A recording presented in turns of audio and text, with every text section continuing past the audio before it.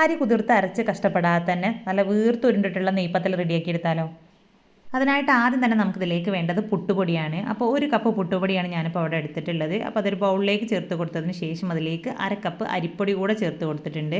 പിന്നെ ഒരു 1/4 ടീസ്പൂൺ ഉപ്പും കൂടെ ചേർത്ത് ജസ്റ്റ് ഒന്ന് മിക്സ് ചെയ്തെടുത്തതിന് ശേഷം ഇതിലേക്ക് ഒരു 1.25 കപ്പ് നല്ല തിളച്ച വെള്ളവും കൂടെ ചേർത്തിട്ട് നല്ലപോലെ ഒന്ന് മിക്സ് ചെയ്തിട്ട് എടുക്കാം.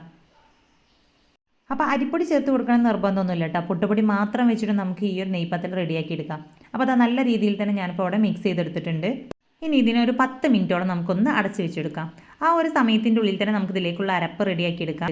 അതിനായിട്ട് 1/2 കപ്പ് തേങ്ങയിലേക്ക് ഒരു 4 ചുവന്നുള്ളിയും 1 ടീസ്പൂൺ പെരിഞ്ജീരകവും കൂടെ ചേർത്ത് നല്ലപോലെ ഒന്ന് അരച്ചെടുത്തതിന് ശേഷം നമ്മൾ നേരത്തെ മാറ്റി വെച്ചിട്ടുള്ള പുട്ടുപൊടിയിലേക്ക് ഇതും കൂടെ ചേർത്ത് നല്ല രീതിയിൽ തന്നെ കൈവച്ചിട്ടൊന്ന് കുഴച്ചെടുക്കാം. അത്യാവശ്യം നല്ലൊരു സോഫ്റ്റ് ആവുന്ന രീതിയിൽ കുഴച്ചെടുത്തതിന് ശേഷം ചെറിയ ബോൾസാക്കി ഇതുപോലെ കയ്യിൽ വെച്ചൊന്ന് ഉരുട്ടിയെടുത്തതിന് ശേഷം കവറിനുള്ളിലായിട്ട് നമ്മുടെ ബോൾസ് വെച്ച് കൊടുത്തതിന് ശേഷം ജസ്റ്റ് ഒരു പ്ലേറ്റ് വെച്ച് ഇതുപോലെ ഒന്ന് പരത്തിയെടുക്കാം. അപ്പോൾ അത്യാവശ്യം കുറച്ചൊരു കട്ടിയിലാണ് കേട്ടോ ഇത് പരത്തിയെടുക്കേണ്ടത്.